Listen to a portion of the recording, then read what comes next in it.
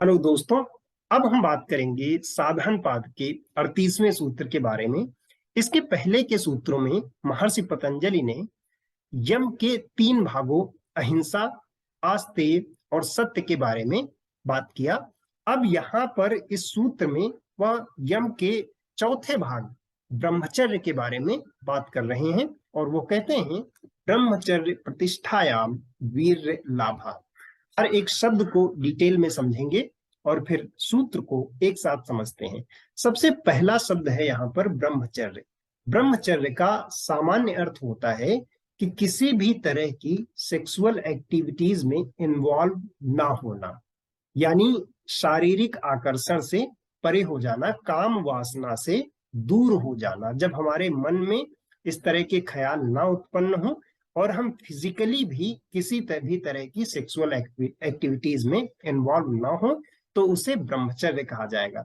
हालांकि ये ब्रह्मचर्य का एक छोटा सा पार्ट है। ब्रह्मचर्य का अर्थ बहुत बड़ा है, जिसका मतलब होता है कि ब्रह्म का आचरण करना, और उसमें जो नॉन सेक्सुअल एक्टिविटीज हैं वो एक छोटा सा पार्ट है। बट अभी के लिए इतना ही समझते हैं कि ब्रह्मचर्य का अर्थ सामान्य रूप से सेक्सुअल एक्टिविटीज में इन्वॉल्व ना होना यही पर है।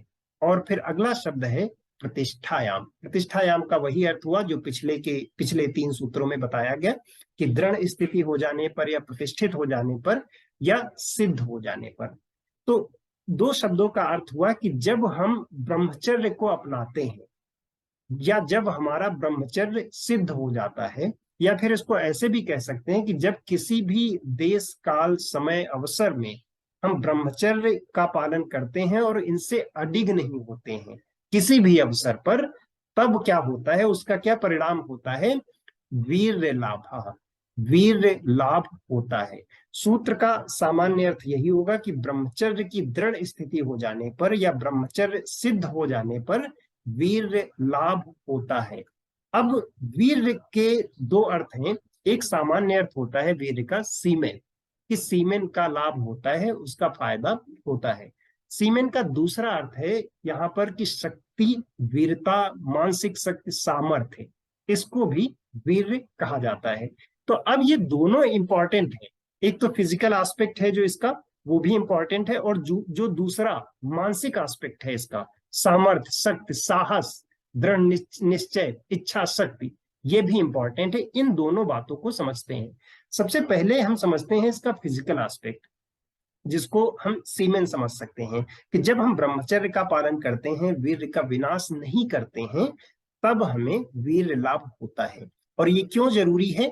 एक तो इसका फिजिकल एस्पेक्ट है कि आपकी हेल्थ को अच्छा रखेगा। जो लोग गलत तरीके से इसका नाश करते हैं तो वो 30 की उम्र में ही 45 के दिखते हैं, उनको अलग अलग तरह की बीमारियां होने लगती हैं, इम्यूनिटी खराब हो जाती है। ये तो हो गया इसका फिजिकल एस्पेक्ट। और इसको ऐसे भी समझ सकते हैं कि ये क्यों जरूरी है, क्योंकि वंश के विकास के लिए वीर लाभ होना जरूरी है। क्योंकि आजकल आपने देखा होगा कि बहुत सारे लोगों को फर्टिलिटी रिलेटेड प्रॉब्लम्स आ रही हैं, और उसका एक कारण ये भी है कि कहीं ना कहीं पर गलत तरीके से उन्होंने वीर्य नाश किया है। तो एक तो इस एस्पेक्ट से ये जरूरी है। इसका दूसरा एस्पेक्ट ये भी है कि जब हम ब्रह्मचर्य के रास्ते पर चलते हैं तब हमारे अंदर शारीरिक रूप से शक्ति तो उत्पन्न होती ही है, प्लस हमारी मेंटल स्ट्रेंथ, हमारी इच्छा शक्ति, हमारे अंदर का साहस, हमारे ओज, तेज, इन चीजों की वृद्धि होती है। चेहरे पर एक चमक बनी रहती है। और ये तभी होता है कि जब हम शारीरिक और मानसिक रूप से ब्रह्मचर्य के रास्ते पर चले। अब बहुत से लोग हैं कि जो शारीरिक रूप से तो इसका पालन करते हैं, लेकिन दिन भर उनके मन में यही विचार चलते रहते हैं, वो दिन भर वासनाओं की भावनाओं में बहते रहते हैं। तो ऐसे लोग भी ब्रह्मचर्य के रास्ते पर नहीं है। क्योंकि दृढ़ स्थिति तभी होगी कि जब किसी भी देश, किसी भी राज्य, किसी भी समय, किसी भी अवसर पर ये ख्याल आपके अंदर ना आए, ये वितर्क आपके अंदर उत्पन्न ना हो। तो यही इस सूत्र में बताया गया है कि जब ब्रह्मचर्य सिद्ध होता है तब उसका वीर्य लाभ होता है।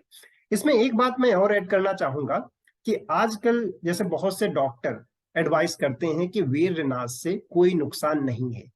और फिर आप ये भी देखते हो कि बहुत सारे लोगों को ये प्रॉब्लम्स भी हो रही हैं। अब सोच के देखिए कि ये कौन लोग हैं जो इस तरह की आपको गलत सलाह दे रहे हैं।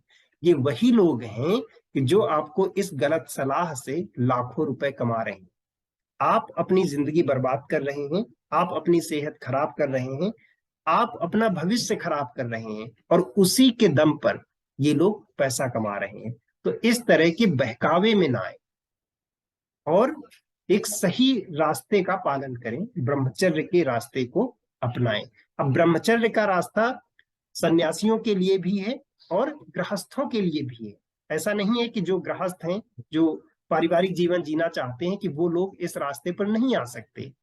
वो लोग भी इसका पालन कर सकते हैं, जितना संभव हो सके वहां तक इसका पालन करें। तो यही इस सूत्र में बताया गया है कि जो योगी, जो साधक ब्रह्मचर्य के रास्ते पर हैं, उसे वीर्य लाभ होता है, उसे सामर्थ्य प्राप्त होता है, उसे शारीरिक और मानसिक शक्ति प्राप्त होती है हर वो काम करने के लिए जो वह करना चाहता है। अगर आपको कोई डाउट है तो आप कमेंट बॉक्स में लिख सकते हैं, और इस योग की जानकारी को सभी लोगों तक पहुंचाने में आप हमारी मदद कर सकते हैं। इसके लिए चैनल को सब्सक्राइब कर लीजिए और ज्यादा से ज्यादा लोगों तक इसको शेयर कीजिए। Thank you.